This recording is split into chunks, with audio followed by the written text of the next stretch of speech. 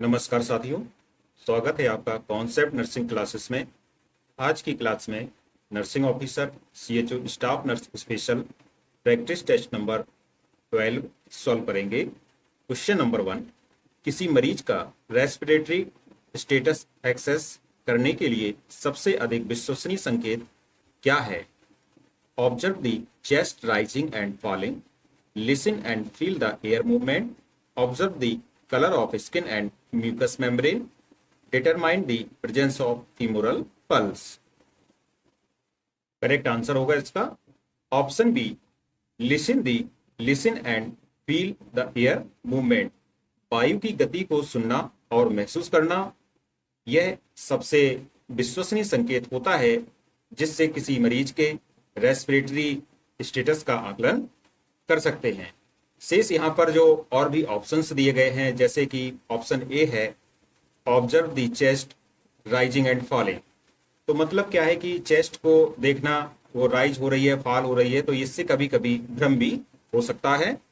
और जो C options है observe the colour of skin and mucous membrane, तो यहाँ पर म्यूकस मेम्ब्रेन और त्वचा का रंग बदलना, तो ये काफी देर से होता है जब शरीर में ऑक्सीजन की कमी ज्यादा हो जाती है, तब ऐसी स्थिति देखने को मिलती है। तो यह जो सी ऑप्शन है यहाँ पर प्रारंभिक संकेत नहीं है, ये बाद का संकेत होता है, इसलिए यह भी ऑप्शन यहाँ पर सही नहीं होगा। डी ऑप्शन की ओर चलते हैं, फीमोरल पल्स। तो फीमोरल पल्स का होना यह बताता है कि सर्कुलेशन है, लेकिन यह श्वसन की स्थिति नहीं बताता है, इसलिए यहां पर जो करेक्ट आंसर होगा ऑप्शन बी सही है, listen and feel the air movement. किसी मरीज के श्वसन स्थिति का आकलन करने के लिए सबसे विश्वसनीय तरीका यह जानना है कि वायु फेफड़ों में जा रही है या नहीं।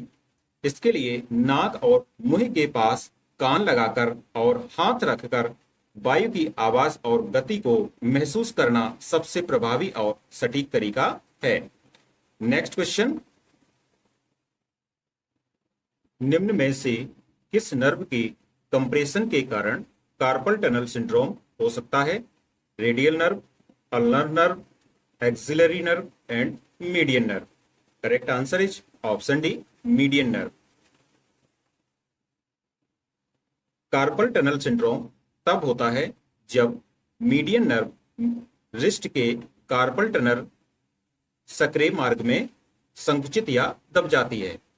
यहाँ पर एक फिगर के माध्यम से हम लोग देखेंगे कि किस प्रकार से जब ये मीडियन नर्व है, यह एक जो यहाँ पर कंस्ट्रिक्टेड एरिया है उसमें क्या हो रही है, कंप्रेस हो रही है, और इसके कंप्रेस होने के कारण जो यहाँ पर कार्पल्स होती हैं उनमें तेज दर्द होगा, कलाई में तेज दर्द होगा, तो इसी को कार्पल टनल सिंड्रोम कहते हैं।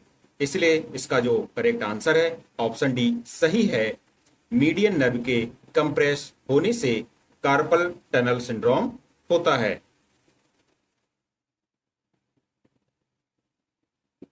यह नर्व अंगूठे, इंडेक्स फिंगर, मिडिल फिंगर और रिंग फिंगर के आधे हिस्से की संवेदना और गति को नियंत्रित करता है।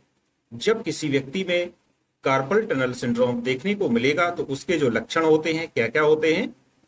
नम्बनेस, टिंगलिंग, मांसपेशियों में कमजोरी, रात में परेशानी। इस प्रकार से हम लोगों ने देखा कि मीडियन नर्व के कंप्रेस होने से कार्पल टनल सिंड्रोम होता है। Next question, question number 3, most common thyroid tumour is.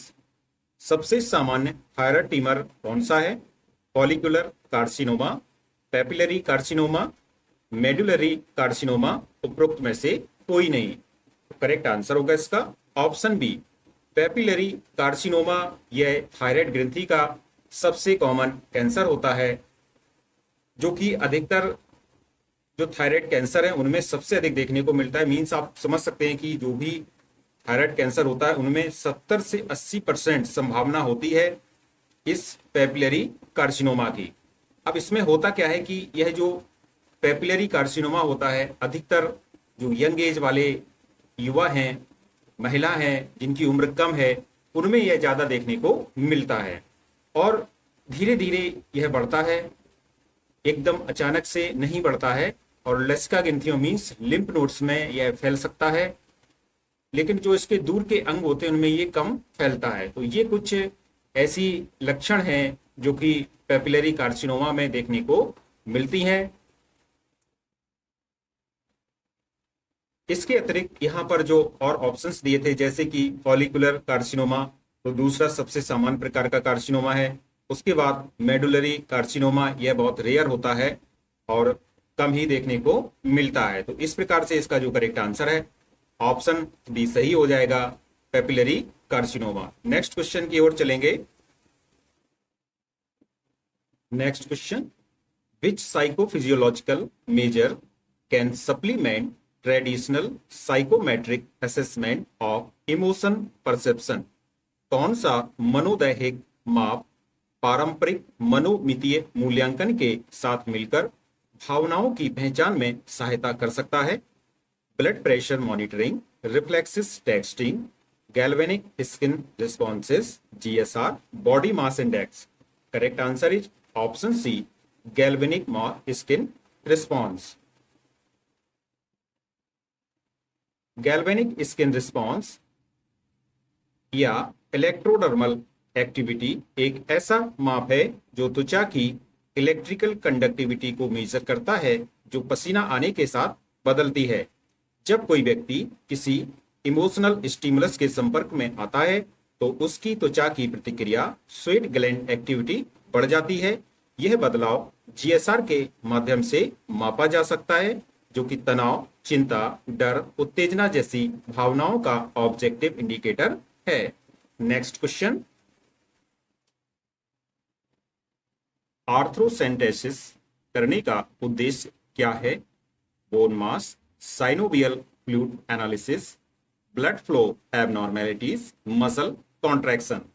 Correct answer is option B, synovial fluid analysis. यह आर्थ्रोसेंटेसिस करने का प्रमुख उद्देश्य होता है।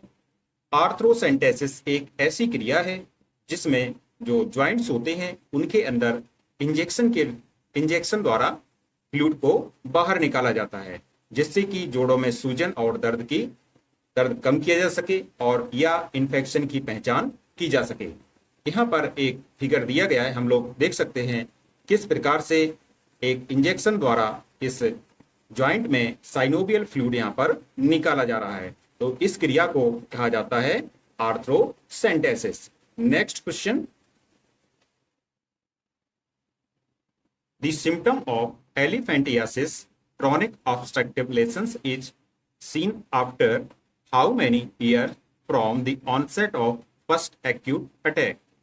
हाथी पांव के लक्षण जैसे कि क्रोनिक ऑब्स्ट्रक्टिव लेशंस पहली एक्यूट अटैक के कितने वर्षों बाद दिखाई देते हैं? 10 से 15 वर्ष, 5 से 10 वर्ष, 15 से 20 वर्ष, 1 से 5 वर्ष।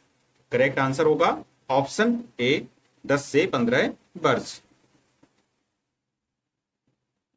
एलिफेंटियासिस, जिसे लिम्फेटिक पाइलेरियासिस भी कहा जाता है, एक परजीवी रोग है जो मुख्यतः बाउचेरिया बैंक्रॉप्टी के संक्रमण से होता है। शुरुआत में रोग हल्के लक्षणों या अस्थायी सूजन के रूप में शुरू होते हैं। एक्यूट अटैक जिसे कहते हैं, यदि संक्रमण लंबे समय तक बना रहता है और बार बार सूजन होती है तो धीरे धीरे लिम्फ नोड्स में रुकावट, लिम्फ डक्ट्स में रुकावट विकसित होती है, जिससे क्रोनिक ऑब्स्ट्रक्टिव लेशंस और अंततः एलिफेंटियासिस विकसित होता है। यह गंभीर रूप से आमतौर पर 10 से 15 वर्षों में विकसित होता है। तो यहाँ पर जो क्रोनिक लिम्फेटिक ऑब्स्ट्रक्शन के जो लक्षण सामने आते हैं, यह आते हैं 10 से 15 वर्षों में, इसलिए यहाँ पर पहला ऑप्शन सही है।